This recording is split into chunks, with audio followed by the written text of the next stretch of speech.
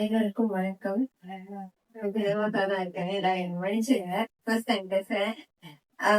யாரெல்லாம் இந்த ஆய்வு கட்டுரை புத்தகம் வச்சிருக்கீங்கன்னு தெரியல. வச்சிருக்கிறவங்க 54வது பக்கத்துல தம்பீங்கன்னா என்னோட அறிவு சுருக்கம் இருக்கும். சரிங்களா? ஓகே, நான் இன்னைக்கு பேச போற தலைப்பு என்னன்னு பாத்தீங்கன்னா, மருதானியம் தமிழ் சித்த மருத்துவமும்.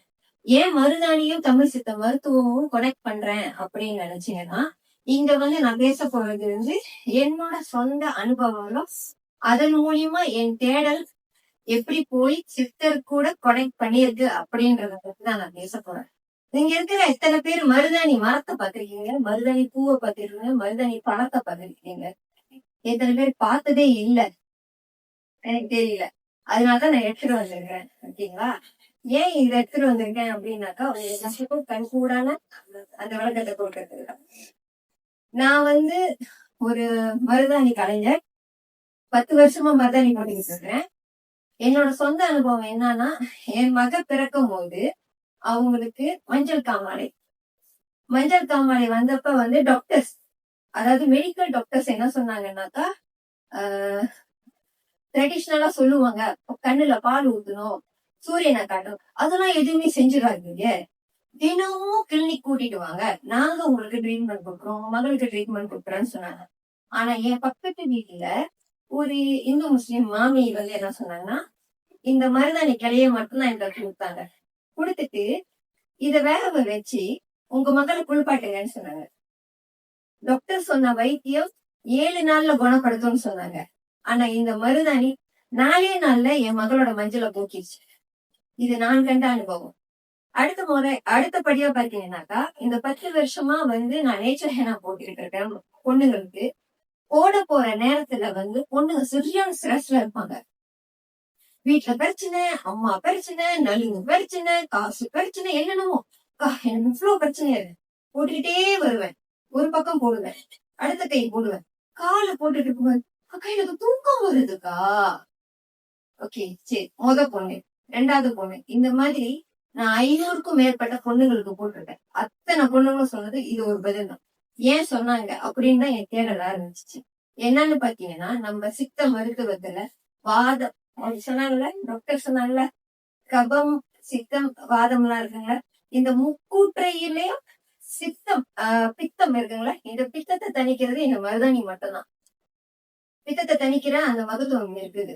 ஏன் பித்தத்தை தணிக்குதுனாக்கா, மருதாணி போடும் போது பெண்களோட ரத்தம் அது கூல்டவுன் பண்ணுது.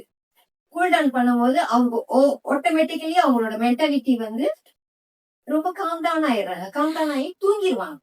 பொண்ணுங்க நானு போட்டு முடிக்கிறதுக்குள்ள பொண்ணுங்க அரக்குக்கு போயிடுவாங்க.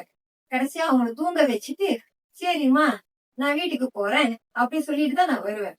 இது எல்லா பொண்ணுங்களும் எனக்கு சொன்னது. அடுத்து என்னன்னு பாத்தீங்கன்னா, என்னோட அனுபவத்துல என் கண் பார்வை, நான் மிக்ஸ் பண்ண அந்த வாசத்தை இழுக்க இழுக்க இழுக்க என்னோட -4.75 -4.50 என்னோட கண் பார்வை -3.25 வந்துருச்சு. டாக்டர் கேக்குறாங்க, என்ன சாப்பிட்டீங்க? எதுவுமே சாப்பிடலையே. என்ன மருந்து குடிச்சீங்க? எதுவுமே குடிக்கலையே. அப்பதான் யோசிக்க ஆரம்பிச்சேன், இதெல்லாம் நடக்குதுன்னு சொல்லிட்டு.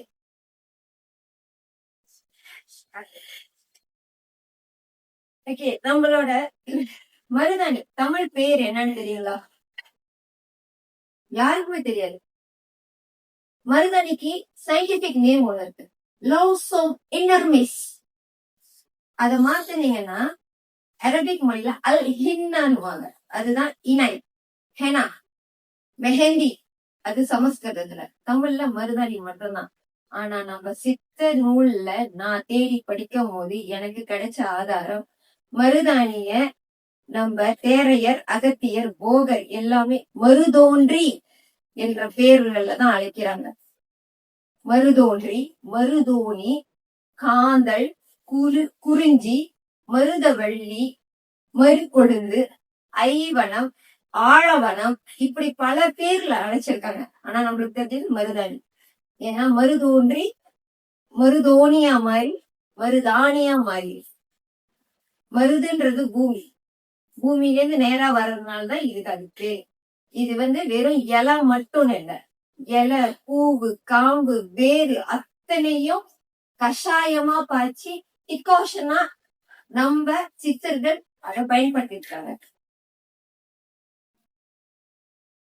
நம்மளோட சித்த மருத்துவ கோட்பாடும் மருதானிய பித்த சமநிலையும். நம்மளோட போக சித்தர் போகர் 7000 புக்கு. இந்த புக்கு மின்னூல்ல இருக்கு, அதாவது இன்டர்நெட்ல நீங்க டவுன்லோட் பண்ணிக்கலாம். PDF ஃபார்ம்ல இருக்குது, அங்கேதான் நான் எடுத்தேன். இந்த கவிதையை நான் படிச்சு, இந்த செய்யுளை நான் படிச்சுன்னா ரொம்ப நேரம் ஆகும்னு நினைக்கிறேன். சரிங்களா? தானான நாகமது. நாகமதுன்றது நாக விஷம் கிடையாதுங்க.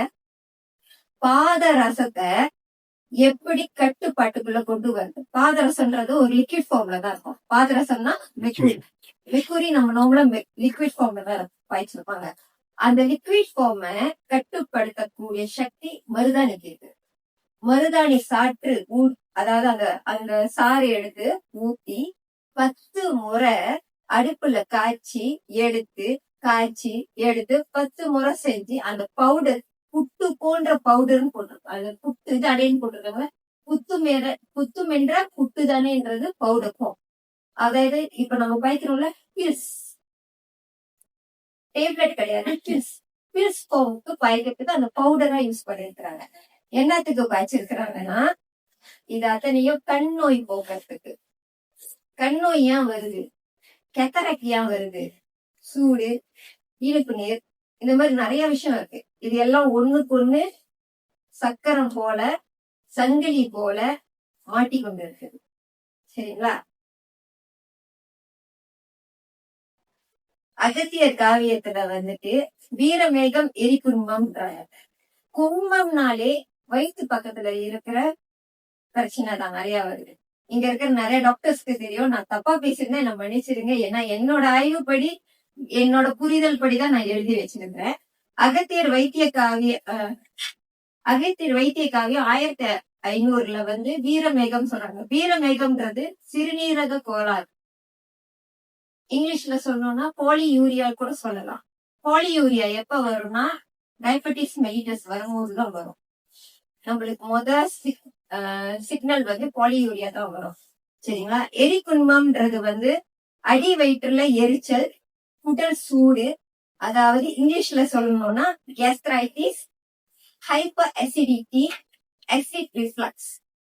இதெல்லாம் இத குறைக்கிறதுக்காக ஒரே பருப்பம் மருந்தை, ஒரே பருப்பம்ன்றது அந்த ஒரு வகையான மருந்து, அதுல ஒவ்வொரு அனுமானம் வச்சுதான் அந்த பவுடரை பிரிப்பாங்க.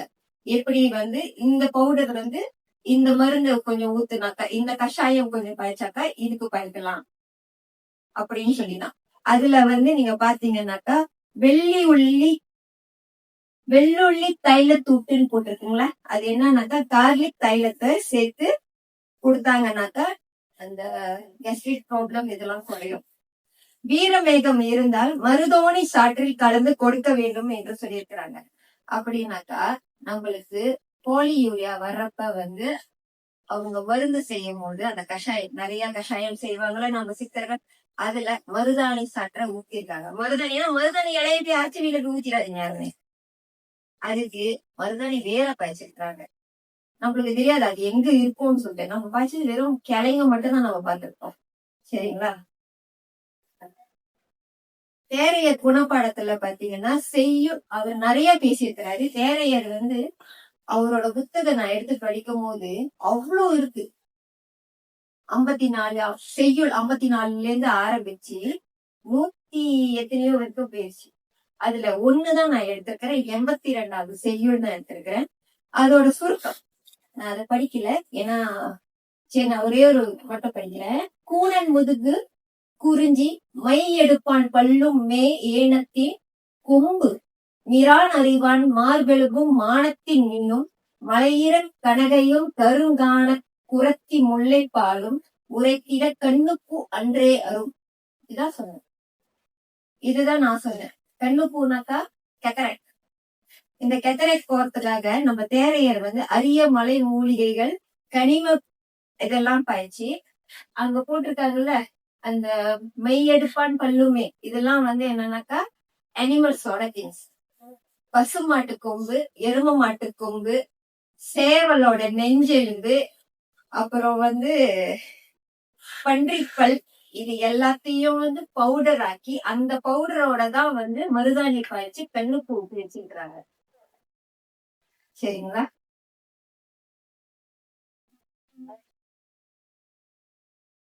பெண்களின் உடலும் மருதாணி, இதுதான் சொன்னல உடல் சூட்டை குறைக்குது. ஏன் பெண்களை வந்து முக்கியமா நான் பேசுறேன் அப்படின்னா, பெண்களுக்கு வந்து மாதம் மாதம் மாதவிடாய் வரும். ஒரு காலகட்டம் கர்ப்பமாவாங்க, அடுத்தது மகப்பேறு, அதுக்கப்புறம் கடைசியா மெனபாஸ். இந்த ஒவ்வொரு காலகட்டத்திலயும் பெண்களோட உடல் சூடு மாறும். இந்த சூட்டை தணிக்கிறதுக்காக தான் அந்த காலத்துல வந்து மருதாணி பூசினாங்க. மருதாணி வந்து சும்மா மெஹந்தி ஆர்ட் அதெல்லாம் கிடையாது. பாதத்துல, கால் பாதம் கை பாதத்துலதான் பூசினாங்க. சில பேர் தலையில பூசினாங்க. ஏன்னாக்கா பித்தம் குறையறதுக்காக. சரிங்களா? அதனாலதான் ரொம்ப நரம்பு முனைகள்ல தான் பூசுவாங்க இதெல்லாம்.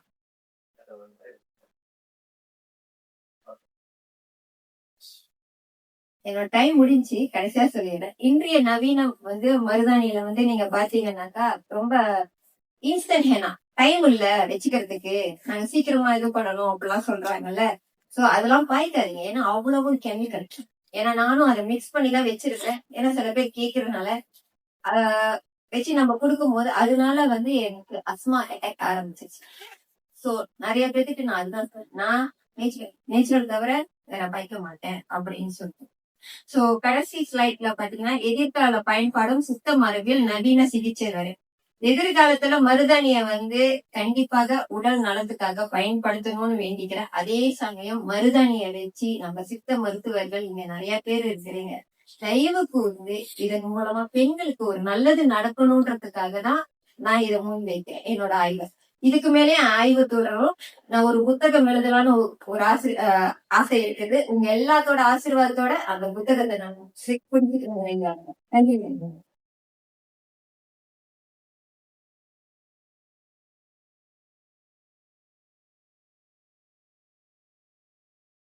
சிறப்பாக உரையை வழங்கிய வளர்மதி காளிமுத்து